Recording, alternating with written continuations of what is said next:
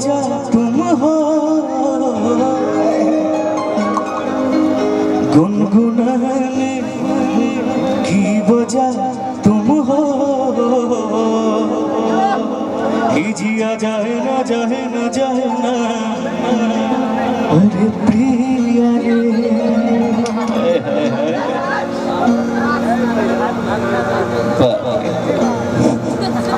हरी हरी उड़ेंगे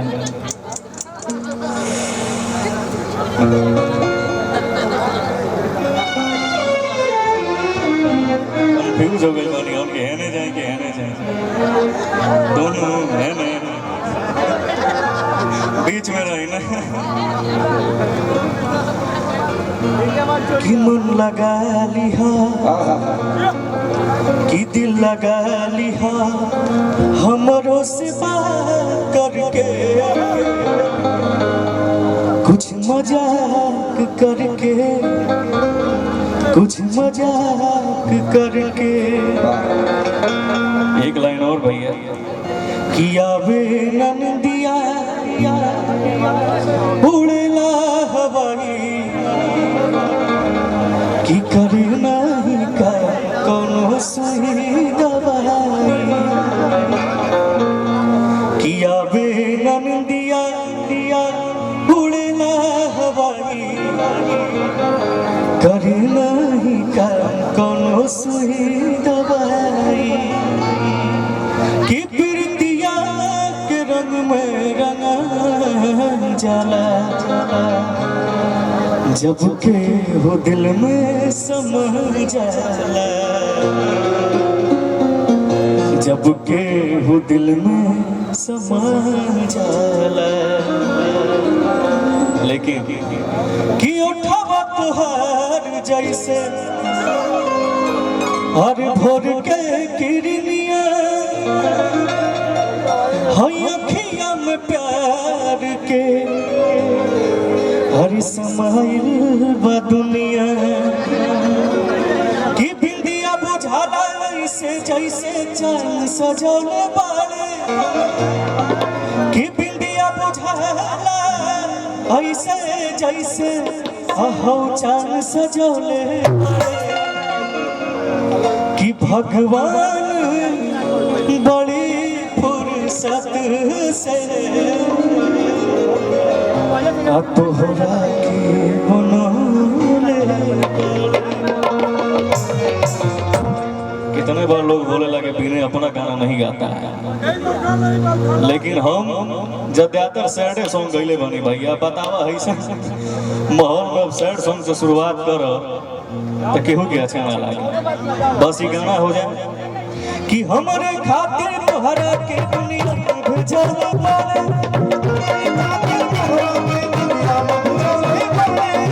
हमारे खातिर तोहरा के दुनिया में भेजले बाड़े। प्रीतिया तो जरूर गाए गुलशन भैया की तरफ से, बाबू की तरफ से। क्या बात कि भगवान बड़ी फुर्सत से तोहरा के बनौले, भगवान बड़ी फुर्सत से तोहरा के बनौले। हमारे खातिर तोहरा के दुनिया में भेजले बाड़े, हमारे खातिर तोहरा के दुनिया में भेजले बाड़े, हमारे खातिर तोहरा के दुनिया में भेजले बाड़े। भगवान बड़ी फुर्सत से तोहरा के बनौले, भगवान बड़ी फुर्सत से तोहरा के बनौले बाड़े। भाई सब के लिए ताली बजानी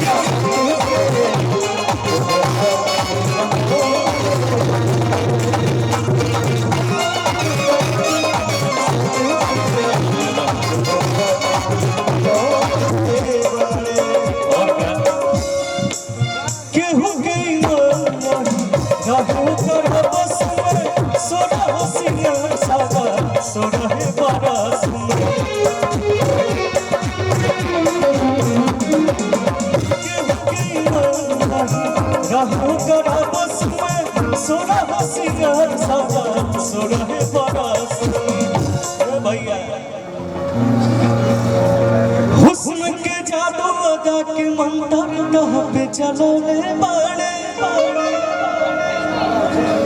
हमरा खातिर कोनो सबसे नहीं कि हम तोहरा लगो कि भगवान बड़ी फुर्सत से तोहरा के बनौले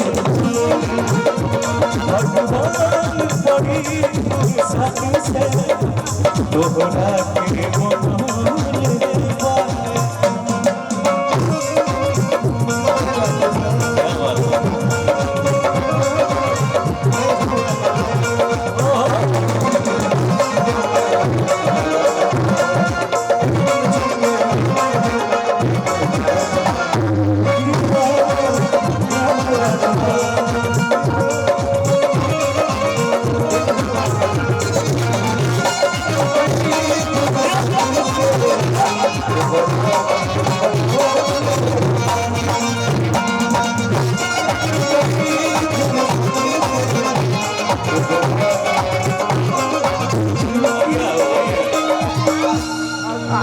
जब से तो के देखले बानी ना हमके टेंगे टेंगे याद आ गई। अच्छा देखा तनी गौर से बाबू के तो अच्छा तनी गौर बोल देता भाई टेंगे टेंगे बोल दे लाइका शर्मा था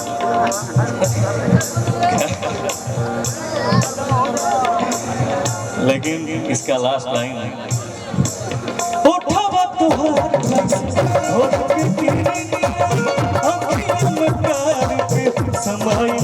दुनिया